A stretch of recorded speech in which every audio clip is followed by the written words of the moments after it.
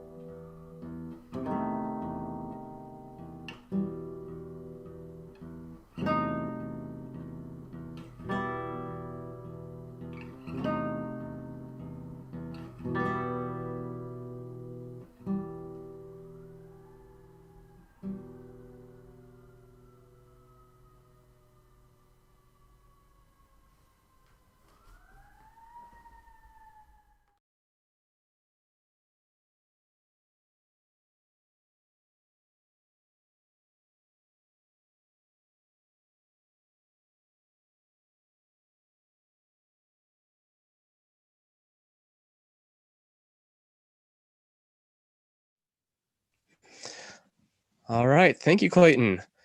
Uh, Now, a lot of people have heard about a symphony orchestra, but have you heard of a guitar orchestra? SGS offers a program that brings guitarists together to perform in an ensemble format. The orchestra meets and practices monthly and performs at community concerts twice per year. We have had to temporarily suspend the rehearsals due to COVID-19, but if you're interested in joining us, you can sign up now and we will add you to the virtual concert mailing list using the link provided in the chat.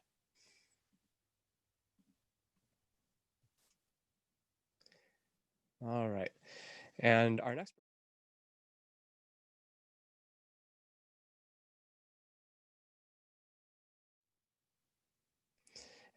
performer will be introduced by Sandy Stroutman. Thank you, Jay. I want to welcome all of you. Thank you so much for coming. I'm going to introduce our next artist. I'm very excited. We have he's playing some special music.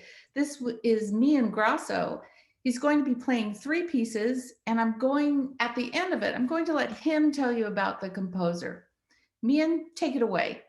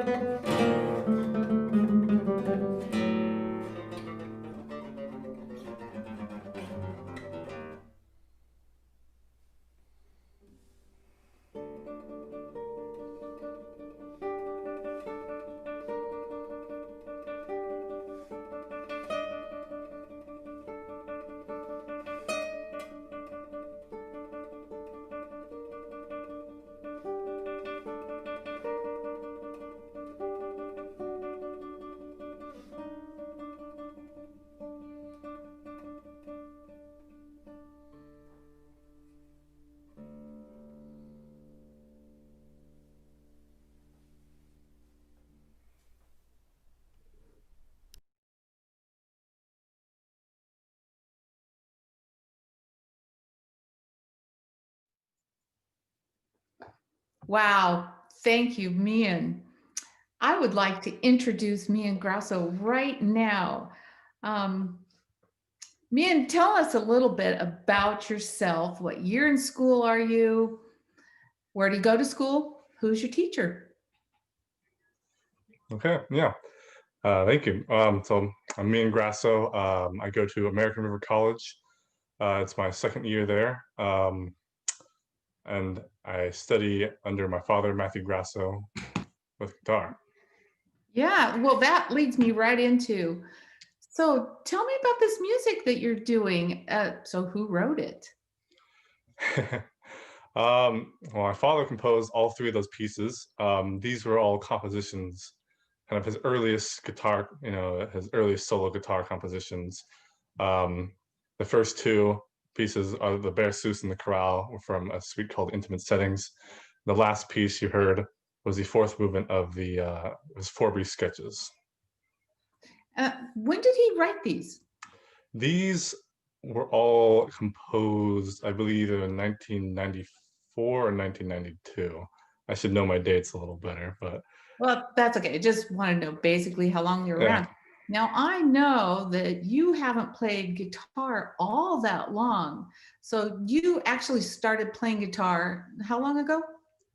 Um, three and a half, a little more than 3.5 years. So only 3 years and you're playing that level of music. Wow, that's pretty darn good.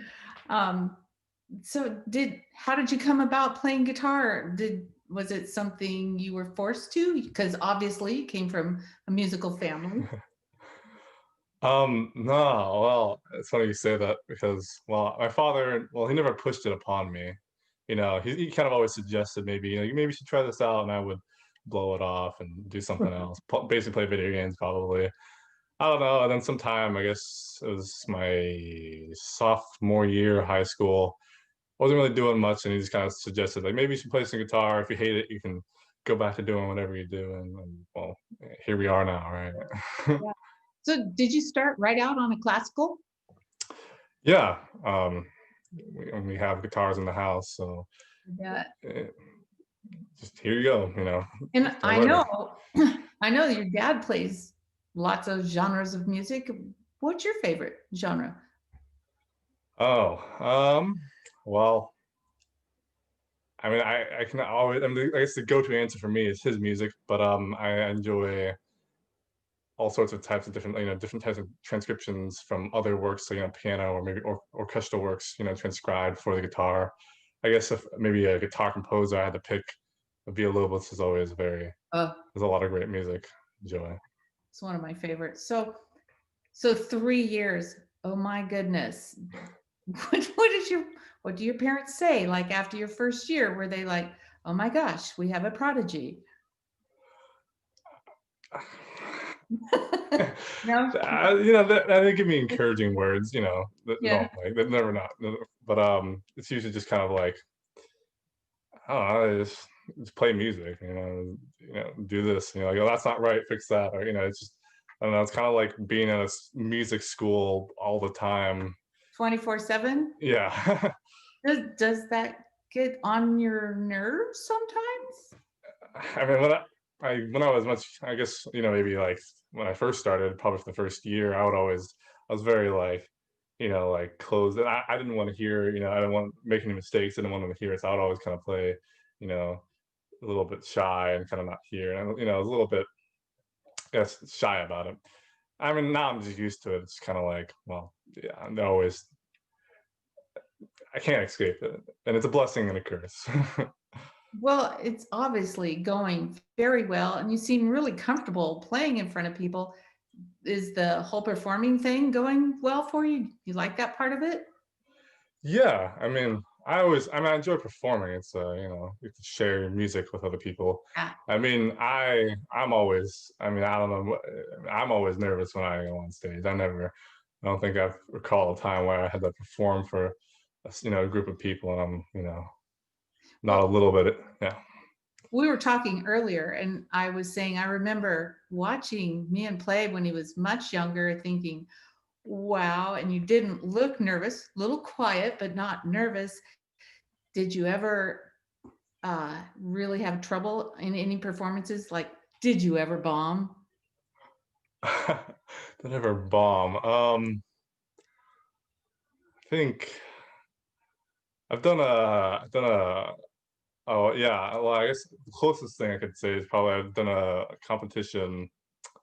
I forget what the exact title was, but I did a competition, just a music competition, young artist music competition, and went on there and I just my hand was shaking so bad that I just couldn't like, I would hit wrong strings, I could barely get it by on my left hand, it's super stiff. Had to play Bach counterpoint and I was falling apart, We barely getting can all by. relate. We can relate. And I asked you these questions because there are a lot of younger viewers watching you that they may be struggling with the same thing. So obviously you got through it. How did you get through it? I don't know. It's still a process for me. I'm still working through it.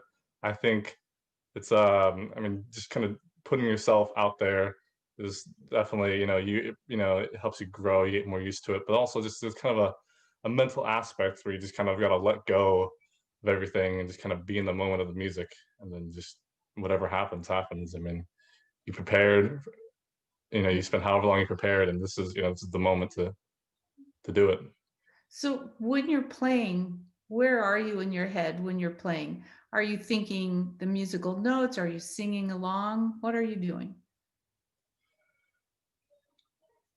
I'm I guess that can vary on on the day. I think in a good space, I'm kind of lost in the music, so I guess you can kind of hearing where the music wants to go. It's very I don't know. It's a very spontaneous kind of thing for myself. Just kind of reacting to what's happening with the music and just Yeah, going with that. yeah, that's very cool. Um, so it looks like you just really like playing. What keeps you playing?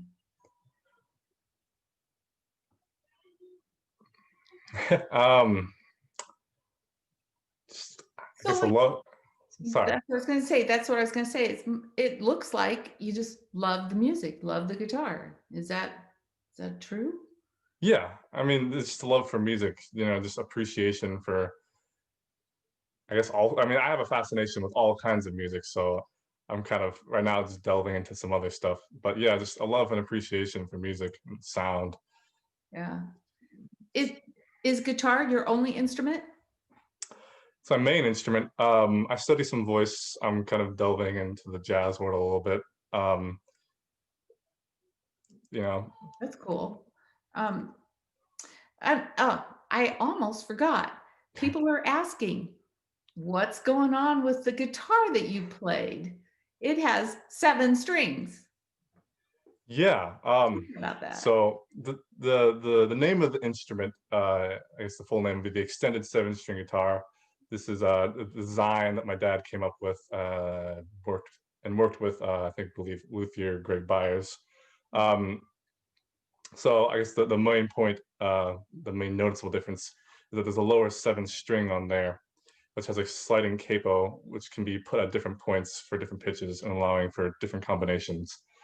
Um, I guess the main purpose, other besides from just extending the range of the guitar, is just kind of like so color, adds a lot of color and harmonic possibilities.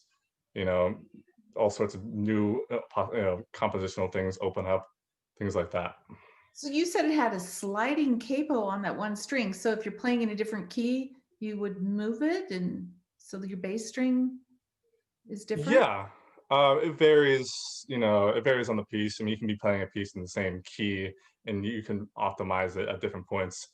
But it just allows for a flexibility of having an open bass string, so less fretting or just on a lower note that you normally can't Oh, access.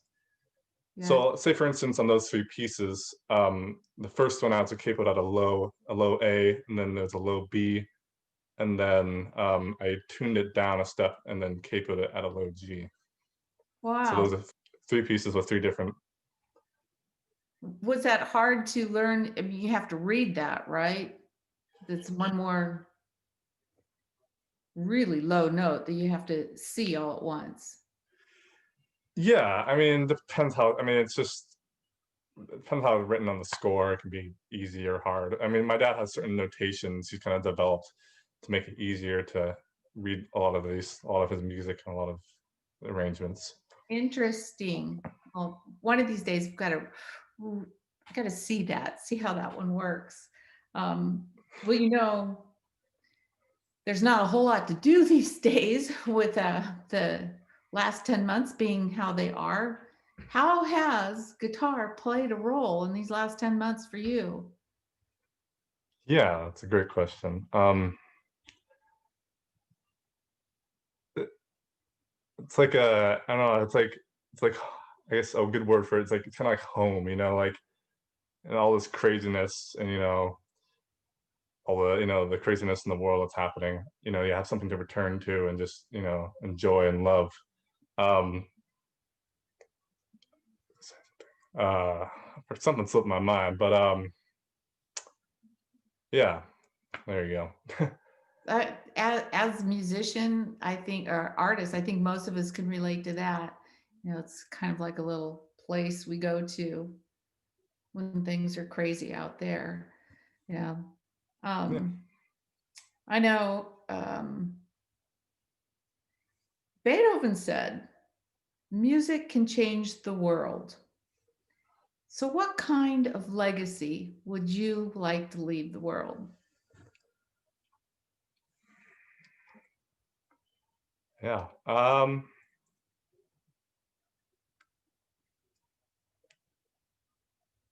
I guess I want to explore just all sorts of facets of all sorts of facets of music and all different these different musical backgrounds, musical I guess languages. To I want to, but I want to explore all these different musical languages, like jazz, North Indian music, classical music. I have a love for all these, and I want to explore all these, and I want to when I explore this, I want those all to be able to kind of be reflected in my playing. And so I suppose that's kind of my answer. Well, I think it's wonderful because if you don't do it and play it for all of us, who's going to do it? I think that's right on. I tell my grandchildren, if you have a talent, you share it. That's what that's what we're leaving. We're trying to keep it. I love it that you're doing that. We really appreciate you giving us all this time and preparing your video and sending it to us. I hope we will see more of you. Um, Thank you very much, Mian, for doing this. Tell your dad hi, Yeah, and I will. we'll see you again. Okay. Hopefully, we'll see you in December or so. Yeah, thank you. Thank you very much. Jay, shall I turn it back to you? All right. Thank you, Sandy, and thank you, Mian. That was great. Thanks for letting us kind of see behind the music there. Now, it takes a lot to get to where these guys are, but you have to start somewhere, right? Thanks to a grant from the California Arts Council and the city of Sacramento, you too can get started with the guitar through free Zoom classes we offer called Strum for Fun. Grab your guitar and register today. I'll put the registration link in the chat to help you get started. And next up, we have Sungmin.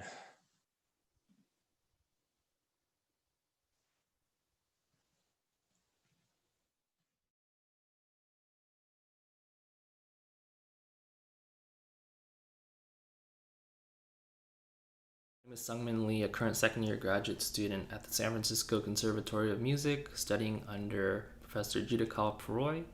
And today I'll be presenting you guys with a piece called Evocation, or Evocation, by the very famous Spanish pianist-composer Isaac Albéniz, who was from the later half of the 1800s to the early 1900s. And Evocation was actually part of a larger work by Albéniz called Iberia. It's the very first movement of Iberia. And Iberia is an impressionist piece, and Evocation in particular was actually influenced by Albéniz's impressionist view of his home country, Spain. So he actually incorporates some elements of Spanish dances in this movement. And I think it's very important to note that this piece was not originally for guitar, it was for piano.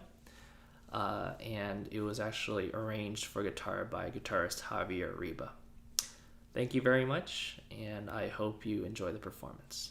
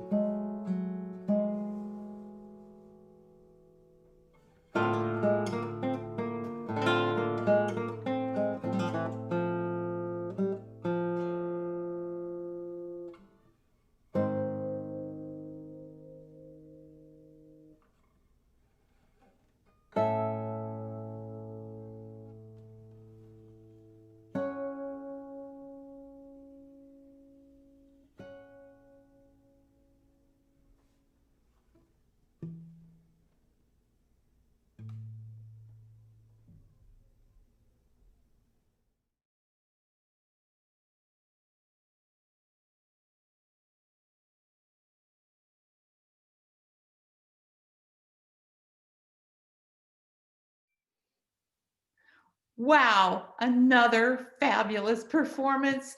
Thank you, Sungmin Lee. I have to ask you, please tell us about yourself. Where do you go to school? Yeah, tell us. Yeah, sure. Thanks so much, by the way. So I am currently a second year graduate at the San Francisco Conservatory of Music, and I currently learn under Professor Judical Paroy. And just due to COVID, I'm actually learning from him online. Actually, he's back in France. So Oh, yeah, it's unfortunate, but yeah, still trying to so pick his brain and learning as much as I can from him. wow, wow. So, well, tell me, that's a pretty difficult school to get into as a guitar major, isn't it? Uh, I think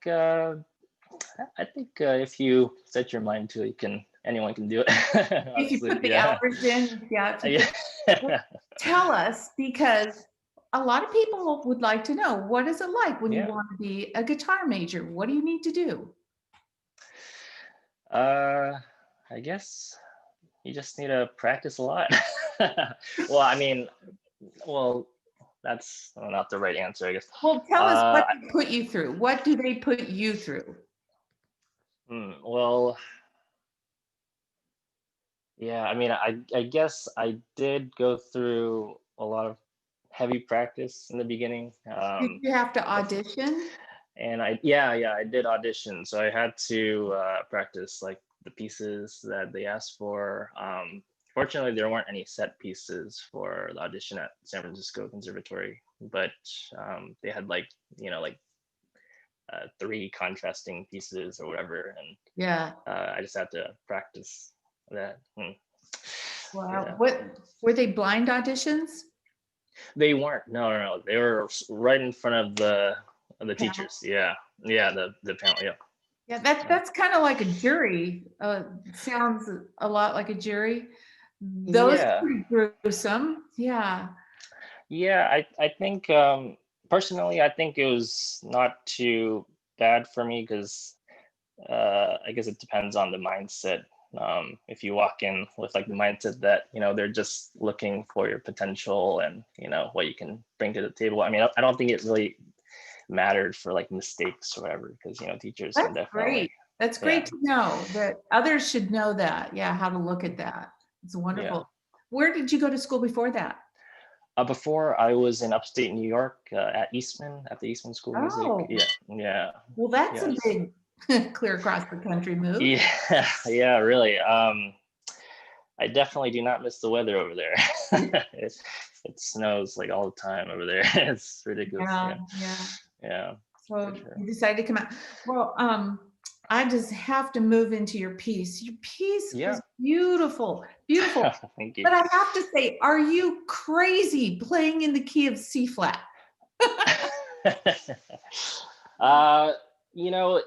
It's actually not too bad. I guess the arranger did a very good job and tell us about guitaristic. Yeah. Tell the audience about that piece because we haven't really said too much about it. Yeah, sure. So the piece is called Evocation or Evocation. It's from a big work called Iberia by Isaac Albéniz. I'm sure a lot of people know who Isaac Albéniz is. And he was actually a pianist, right? He was a pianist. Yeah, exactly. He was a virtuoso pianist, and he composed a lot of works that sounded super guitaristic, and that's why it works so well on the guitar. But yeah, this piece is part of his big impressionist work, Iberia, and it's actually the very first one. And I think I mentioned the video. This is just like his view on his home country, kind of, and he just wanted to capture the sound. And I think he put some like dance rhythms in there too, like Spanish dance rhythms. Yeah, it sounds very, very Spanish. But my brain still goes back to, it was written with 7 flats. Yeah, well, that's true. Take it out. Did you actually play it in C flat? No. He transposed it. So yeah, Oh, that's what a lot of people do. Yeah, we can't. That would be too yeah. difficult to That's what play. I wondered. What? Yeah, exactly. Yeah, so he transposed it to A minor. Yeah, so Oh, it's pretty okay to play. Of course, it modulates a lot and stuff like that, but yeah. still, it's not too crazy. Yeah. Oh, I guess the hard part was the harmonics, but other than that, okay, yeah. that was that the hard part to get over that hump, so to speak? Well, yeah, just playing and adding artificial harmonics is always not the easiest thing. You made it look But easy. You made it look very. thank you. Yeah, I think personally, I was just able to learn this piece better because I really enjoyed it. Yeah, that's what usually happens for That, me when I yeah, it helps when you like the sound of what you're doing. Yeah. yeah. How long, can I say months, weeks did it take to learn this piece? So I actually started this because I was gonna play this for my first year recital at the conservatory, and I started this around March-ish. Yeah, so right around when the pandemic was going crazy. Yeah. Perfect. Yeah, exactly. Yeah, so It paid off. It paid off. yeah, and I've been playing it since. I'm done with my first year recital, and I'm still playing it. I really still enjoy playing this. Oh, Yeah. Mhm. wonderful. That was memorized, right? Correct. Yeah, it's memorized. It's pretty crazy, but because it's just different notes everywhere and everything like that, it took some time, but I guess it worked out kind of. Yeah. Yeah, yeah. Yeah. Any pointers for people who are trying to memorize, to really polish a piece? It kind of needs to be memorized. Yeah, for sure. So I actually went and had the same question my first year because I get a lot of memory slips on stage and stuff. So I asked my teacher for some advice, and he told me to link everything that I play with kind of like an emotion or some Oh, kind of memory. Yeah, because those are he explained like the memories that the events in your life that the best are somehow linked with an emotion. That's probably why you are able to remember them very well, like happy times or sad times. oh, wow. Uh, yeah, so I took that advice and it kind of worked uh, pretty well, I think. Also, on top of that, I kind of did some like other exercises such as singing the piece and really listening to a lot of different versions, really trying to get the piece in my head. And but I think that emotional connection thing that really helped me for sure. Yeah. So when you're playing that piece, what are you thinking? Are you feeling like here it's like really, well, like it could be a happy dance. What are you thinking in it? I know it changes. Yeah, it's just been so long. Now it's kind of natural, the whole memorization thing for this particular piece. But I think when I just first learn it, I just kind of make up little stories in my head, and Oh, so yeah. Um, and sometimes I link it with just memories of my past too, maybe. So yeah, it kind of sounded like a soundtrack of a movie that I used to watch when I was a kid. I guess I kind of thought of that when I was playing it. So maybe wow. that's why it helped. Yeah. So much. So, um, I know for me, memorizing, it's always a challenge. And you said that there's been times that you had memory slips on stage, and I always think it's really important that younger players, well, even budding players, I should say, what could you tell them about, you're on stage, you can't fall apart now, you will make a mistake, everyone does, so how do you Yeah. get through it? Yeah, so that is the hardest thing. It's the worst feeling to have a memory slip in the middle of a performance. Well, What did you do? yeah, I guess there's a lot of different things, I guess. One time, this is a very bad example, but I just played through a piece and I had a memory slip. And I just skipped entire sections and I just completely ended the piece. Sometimes, yeah, I think maybe that might be a pretty good idea to do, skip to a section that you really And know tie it well. together. Yeah, because, in the moment, it's just, there's just not much you can do. And you just have to quickly react. Yeah, I guess it's a very good advice to, I don't personally do this too much, but I think it is good advice to, practice starting from different points Oh in a yeah, piece. yeah. Yeah, for sure. I should probably do it more, but And yeah, above all, keeping it together. Don't cry on stage. exactly. Yeah. There's a lot of different approaches that I took for performances. Did you have Yeah. nerves? Do you struggle with nerves? Oh yeah, definitely. I think self-doubt is definitely the biggest thing that I You're have on kidding. stage. You're Yeah. kidding. It's kind of really bad.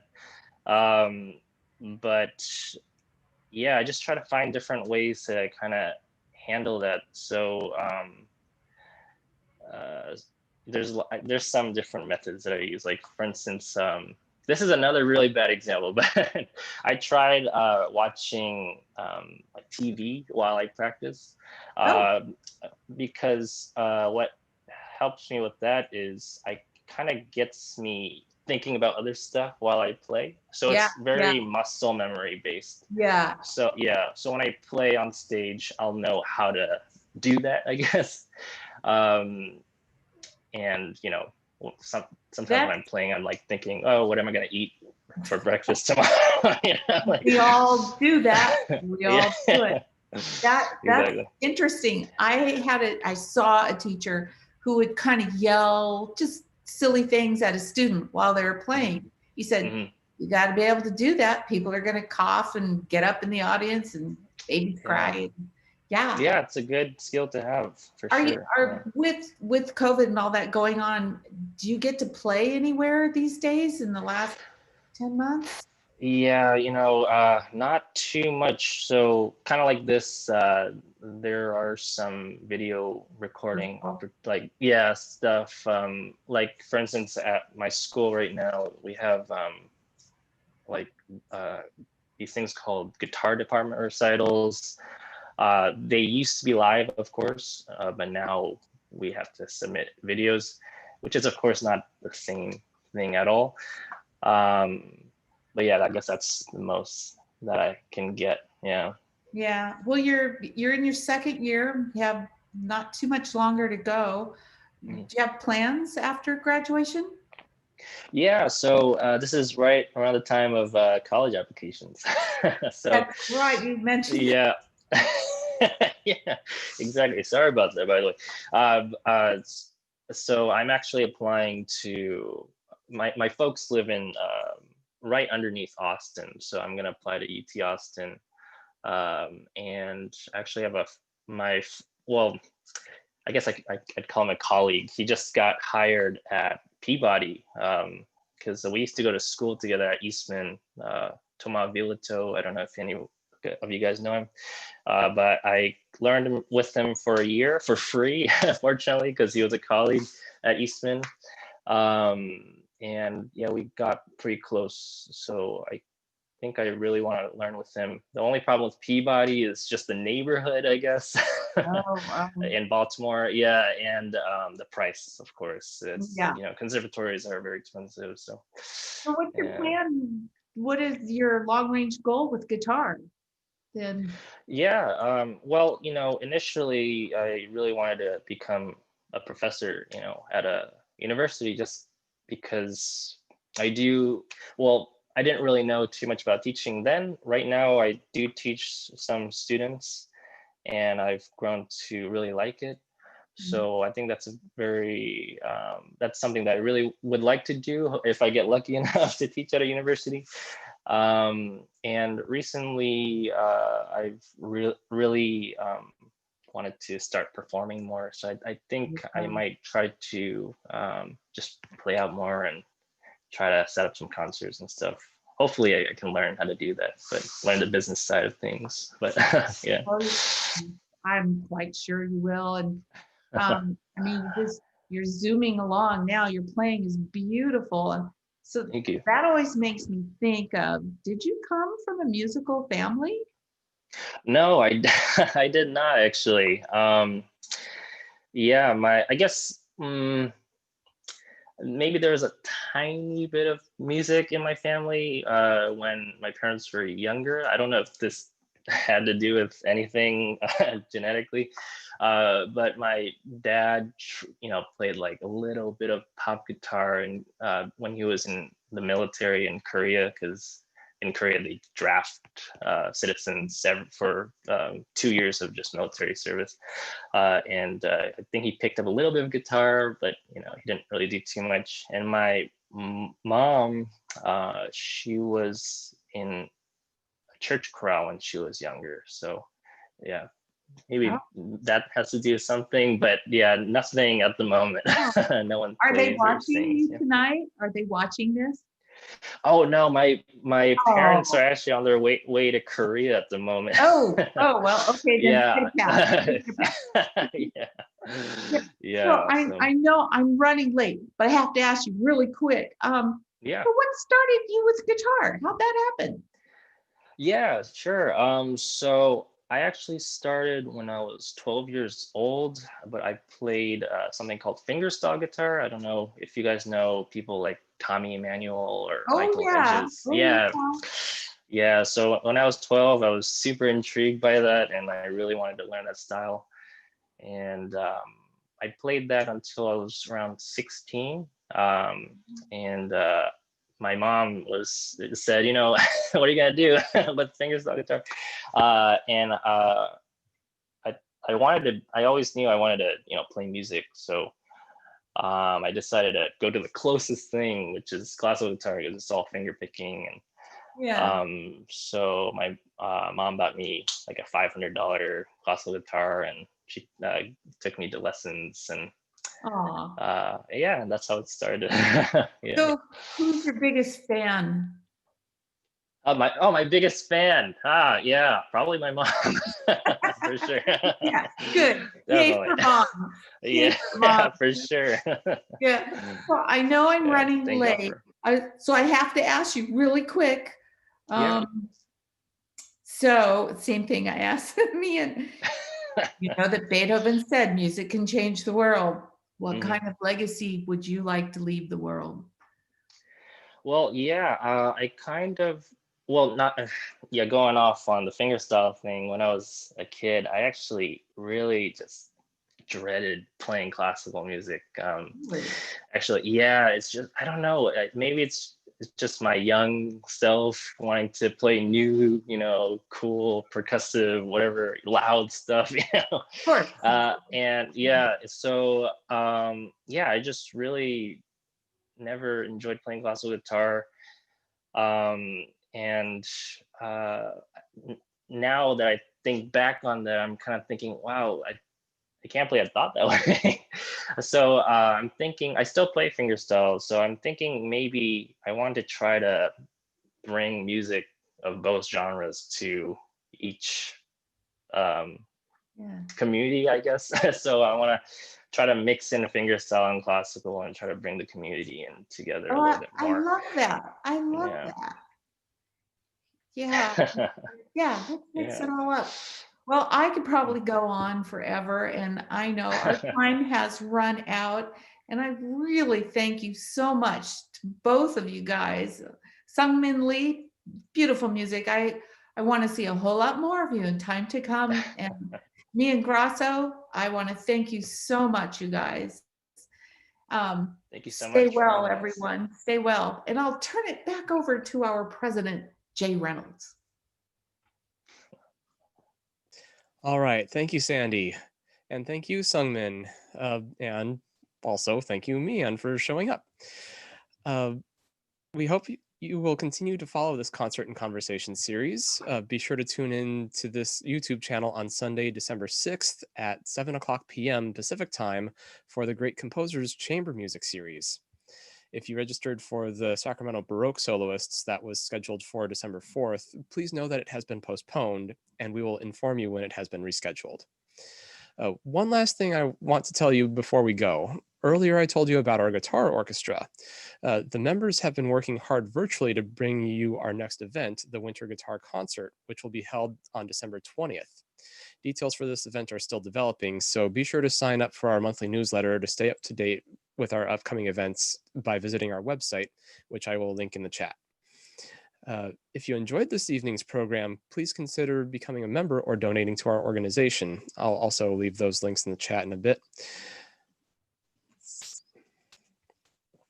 And if you own a business and want to show your support for our community, please consider becoming a sponsor of our Sacramento Guitar Society. The link is provided in the chat as well. If you miss any of these concerts or would like to view them again, the concert links will remain live after the festival. Thank you for joining us for this evening's performance, and good night.